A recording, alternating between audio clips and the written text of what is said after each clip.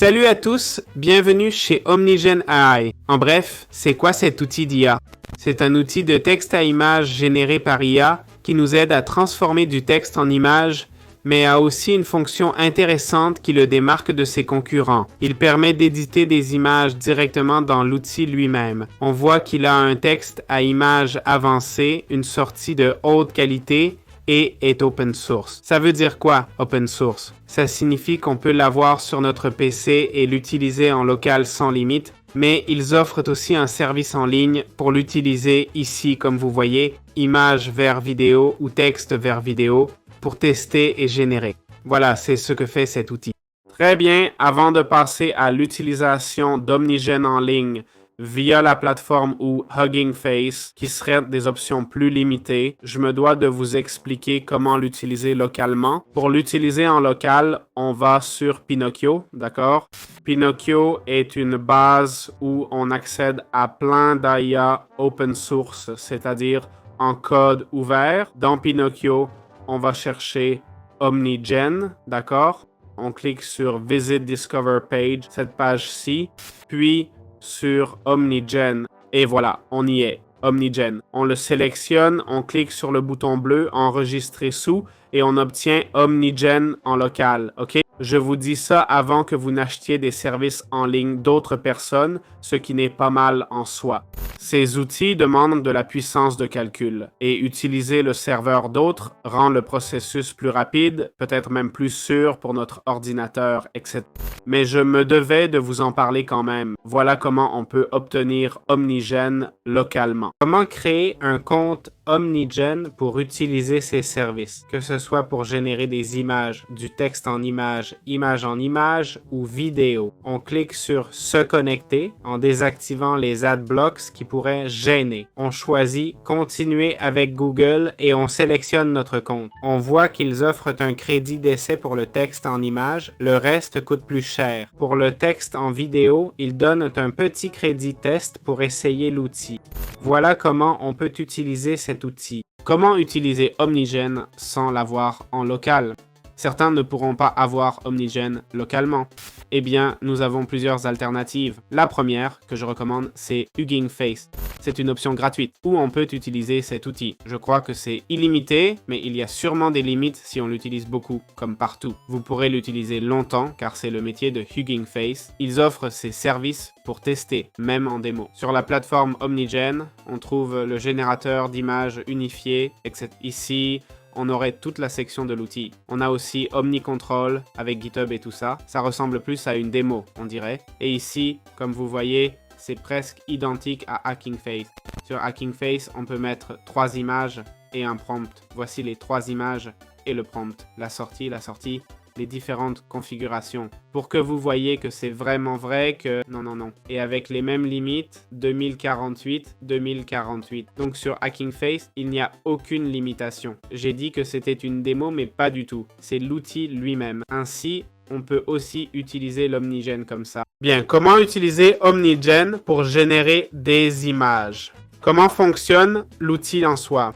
Eh bien, l'outil utilise évidemment Hugging Face qui nous permet un usage limité ou plutôt approprié de l'outil, c'est-à-dire qu'on ne pourra pas l'utiliser en masse, il y aura des limites, par exemple après une image, 3 minutes d'attente pour la suivante. Ensuite, on a Omnigen. Donc, on peut alterner entre Hugging Face et Omnigen AI. Avec Omnigen, l'interface est la même. 3 images, un prompt, une image de sortie, etc. Alors, comment fonctionne cet outil? Ici, on nous donne divers exemples. Je n'aurai donc pas à en faire. Mais par exemple, si on clique sur celui-ci, théoriquement, c'est là, du moins sur Hugging Face, voilà.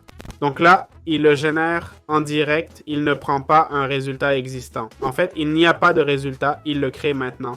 Parfait. Alors, quel exemple nous donne-t-il? Ici, on a un prompt en anglais. C'est crucial pour faciliter le travail des IA avec notre langage. Il dit « 2 femmes lèvent une cuisse de poulet frit dans un bar. La femme est insérée image. Image 1, vous devrez apprendre ça. Le code est ici. Ce code image 1, image. On l'a juste au-dessus de l'image de la fille et il dit « Et l'autre femme est et cette autre femme. » Donc, que nous dit ce prompt? Eh bien, on a la femme 1, la femme 2 et elle lève du poulet frit au bar. Comme vous le voyez, on a plein de réglages ici. La hauteur de l'image, la largeur, actuellement 1024 pixels, donc un format carré. On a l'échelle qui détermine la qualité de l'image, les étapes qui sont les pas nécessaires pour générer l'image, la graine, laisser ça tel quel, peu importe. Enfin, la taille max d'entrée de l'image de référence, jusqu'où on veut une qualité optimale. Ensuite, on a diverses options comme le Separate CFG Inter, qui va essentiellement réduire la consommation de mémoire, probablement en sacrifiant certains processus, comme la capacité ou la vitesse de génération, ce qui arrive avec le modèle de déchargement. Ça va réduire la mémoire et son coût, mais aussi la vitesse de génération. Il dit qu'on peut l'annuler, etc. Ensuite, on a Use Input Image Size as Output, qui prend l'image d'entrée qu'on a mise et donne un résultat de même taille et qualité, ce qui peut être très utile. Et voilà, après un moment, voici le résultat. La fille à gauche, c'est elle ici, et l'autre fille, c'est elle là.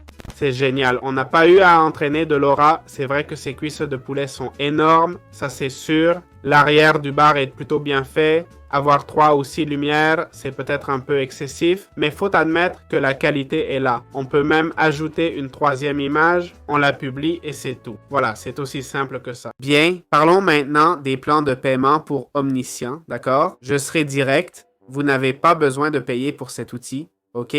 C'est open source, mais ils ont une plateforme en ligne offrant des services de serveur, car même si ces outils sont gratuits et utilisables, l'un des problèmes de l'IA reste son coût élevé, n'est-ce pas? Ces exigences font qu'on ne peut pas toujours utiliser ces outils sur nos propres ordinateurs. C'est pourquoi des plateformes comme celle des créateurs d'IA ou Mimic PC dont on a déjà parlé nous permettent d'utiliser des serveurs pour ne pas dépendre uniquement des performances de notre ordinateur, vous voyez, ou de notre appareil. Alors, parlons maintenant du coût des serveurs officiels d'Omnigen. Ils offrent gratuitement une génération d'images, ce qui est plutôt bien.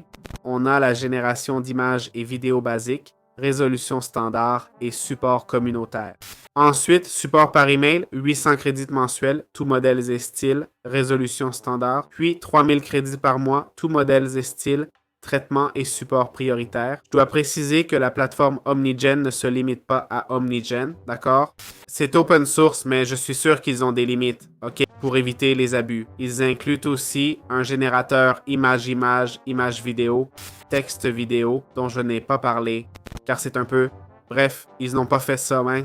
C'est très générique, rien d'innovant. On l'a déjà vu plein de fois sur la chaîne. Voilà les forfaits sur Omnigen, mais pas forcément pour Omnigen AI, ok? Ça pourrait nous aider à dépasser la limite s'il y en a une. Je répète, j'ai pas atteint la limite. Pas grand chose d'autre. J'espère que ce guide vous a plu. À bientôt.